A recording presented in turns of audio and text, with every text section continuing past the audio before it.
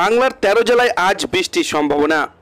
দক্ষিণবঙ্গে বর্ষা কবে আসছে জানিয়ে দিল আবহাওয়া দপ্তর। তো উত্তরবঙ্গ সহ দক্ষিণবঙ্গে বাংলাদেশের কোন জেলাগুলি বৃষ্টির পূর্বাভাস জারি করছে আবহাওয়া দপ্তর। বিস্তারিত জানতে হলে ভিডিওটিকে প্রথম থেকে শেষ অবধি সম্পূর্ণ দেখবেন, আর এই ধরনের লেটেস্ট খবরগুলি পাওয়ার জন্য চ্যানেলটিকে সাবস্ক্রাইব করে আমাদের সঙ্গে থাকবেন। বর্ষা দোরগোড়ায় এসে দক্ষিণবঙ্গে এখনও অধরা। উত্তরবঙ্গে মৌসুমি বায়ু প্রবেশ করলেও 29শে মে থেকে বালুরঘাট পর্যন্ত এসে থমকে আছে মৌসুমি অক্ষরেখা। আবহাওয়া দপ্তর জানাচ্ছেন আগামী এক সপ্তাহে পরিস্থিতি অনুকূল হওয়ার সম্ভাবনা কম।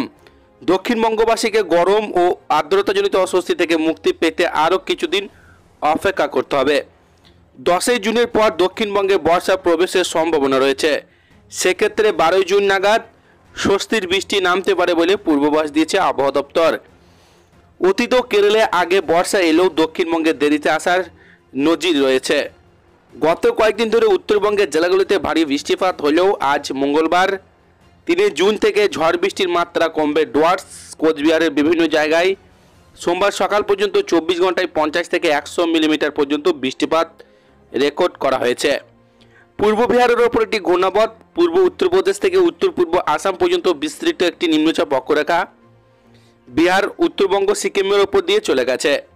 এর প্রভাবে উত্তরবঙ্গের জেলাগুলিতে বিশেষ করে হিমালয় সংলগ্ন এলাকায় বজ্রগর্ভ মেঘ সৃষ্টি হয়ে ঝড় বৃষ্টি হচ্ছে। দক্ষিণবঙ্গে বাতাসে জলীয় বাষ্পর মাত্রা বেশি থাকায় ভ্যাপসা গরমে হাঁসফাঁস অবস্থা।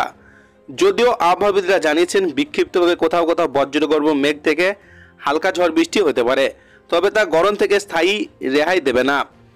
পশ্চিমা শুকনো গরম বাতাস দক্ষিণবঙ্গে প্রবেশ করায় এখনকার তাপমাত্রা বাড়ছে।